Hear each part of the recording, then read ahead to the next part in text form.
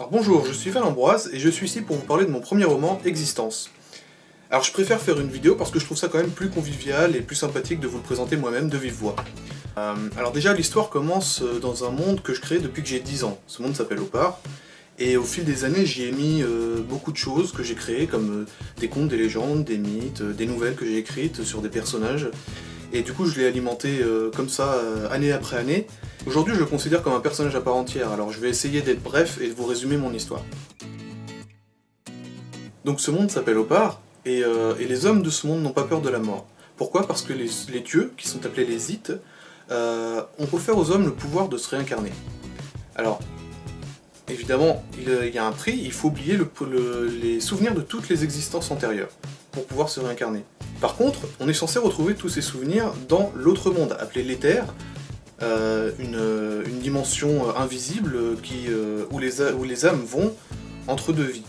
Et dans ce monde, les âmes vivraient, selon les croyances évidemment, revivraient tous leurs souvenirs les plus plaisants, dans une sorte de félicité, une sorte de paradis en fait, jusqu'à la prochaine vie, où là ils reperdraient tous leurs souvenirs. Mais cette réincarnation, ce n'est pas qu'une histoire de croyance, c'est un fait. Il existe des preuves dans ce monde qui attestent de l'existence de ce pouvoir qu'ont les hommes de se réincarner.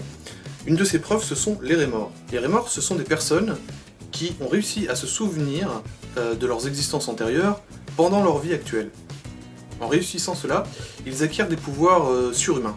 Force augmentée, connaissance, expérience augmentée, intelligence augmentée, parce qu'ils ont tous les souvenirs de vie, voire plus, dans leur esprit. Mais du coup, en acquérant ce pouvoir, ils se mettent aussi hors la loi divine. C'est-à-dire qu'ils bafouent la règle d'oublier ses souvenirs.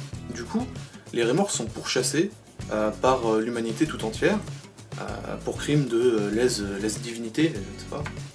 Et du coup ça rend leur vie très compliquée. Alors vous l'aurez compris, mon histoire va se centrer sur un petit groupe de Rémors qui va essayer de trouver sa place dans ce monde. Au gré de leur combat, de leur voyage, ils vont voir comment ils vont essayer de pouvoir renverser l'ordre établi afin de trouver leur place tout simplement. Mais bon, rien ne se passe jamais vraiment comme prévu. Alors avant tout, écrire un livre c'est vraiment un rêve de gosse, donc j'écris depuis que je suis tout petit, et je lis beaucoup aussi, et j'ai toujours voulu, je sais pas pourquoi, avoir mon livre sur mon étagère. Bon ça c'est en bonne voie, mais j'ai aussi évidemment beaucoup de plaisir à écrire, de raconter des histoires, j'adore ça, et je me suis dit que maintenant que c'était fait, autant essayer de partager mon histoire, et si jamais elle pouvait plaire à quelques personnes, pour moi ça serait une grande fierté. Parce que j'ai mis beaucoup de moi-même dans ce livre, des pensées, des rêves, des idées, des réflexions, beaucoup de choses que j'ai partagées, des expériences personnelles, etc. Et j'ai un peu mélangé tout ça pour en faire une histoire un petit peu dense, un petit peu complexe. Et voilà, j'ai essayé de le partager avec vous, de le partager au mieux. J'ai aussi voulu m'interroger sur le fonctionnement d'un monde où la mort serait pas considérée comme une fatalité, comme le nôtre, très cartésien, très on meurt, c'est fini. Non, c'est vraiment, je voulais me demander qu'est-ce qu'il y a au-delà, comment se comporteraient des gens s'ils savaient que la mort n'était qu'un passage, mais vraiment scientifiquement presque en fait.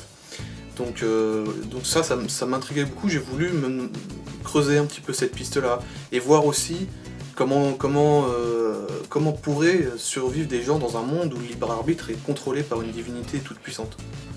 Vraiment des thèmes qui me tenaient à cœur, que j'ai un petit peu abordé, sans trop m'enfoncer dans le sujet pour pas que ça devienne non plus fastidieux, mais j'ai soulevé quelques pistes, quelques réflexions que j'ai eues sur ce sujet. Concernant mon écriture, j'avoue que je suis quand même sacrément geek, et du coup, toute cette culture, les mangas, les jeux vidéo, le cinéma, etc., tout ça, ça a contribué un petit peu à développer mon style d'écriture, qui par conséquent est plutôt visuel et dynamique en fait. Quand j'écris, j'imagine souvent les scènes comme je les verrais au cinéma par exemple. J'ai aussi caché pas mal d'indices et de clins d'œil, alors des indices sur l'histoire, sur la suite, sur le tome 2, sur les personnages, sur l'univers, et des clins d'œil comme des easter eggs par exemple, ça c'est mon petit côté gamer quoi. Et quelques touches d'humour parce que j'ai pas pu m'en empêcher. Pour la suite de mon aventure en tant qu'auteur, alors là je travaille en ce moment à finaliser la version papier du bouquin parce que Je comprends très bien que tout le monde n'aime pas le format numérique, et moi le premier. Donc ça, c'est en cours. J'envisage aussi la possibilité d'enregistrer le premier chapitre sous format podcast. J'ai quelques personnes qui me l'ont demandé, mais si ça intéresse plus de monde, je peux mettre ça en place, il n'y a pas de souci. Je ferai peut-être une FAQ sur le livre, avec les questions que vous m'avez envoyées. Bon, dans la limite du spoil, hein, évidemment. Et enfin, le tome 2 est en cours d'écriture, donc pour ceux qui ont déjà lu le tome 1, encore un peu de patience s'il vous plaît, je fais aussi vite que je peux. Voilà. Si je vous ai donné envie de voir, n'hésitez pas, il y a le premier chapitre qui est disponible gratuitement. Donc vous pouvez vous faire déjà une petite idée, et alors si vous l'avez lu et que vous avez aimé, n'hésitez pas, likez, partagez autour de vous. N'hésitez pas aussi à laisser des commentaires sur Amazon ou toutes les autres librairies en ligne, ça m'aiderait déjà beaucoup à le partager le plus possible. Pour finir, je dirais que j'ai écrit mon livre, mais c'est à vous qu'il appartient de le faire vivre. En tout cas, merci de m'avoir écouté, et peut-être que je vous recroiserai dans le monde d'Opa.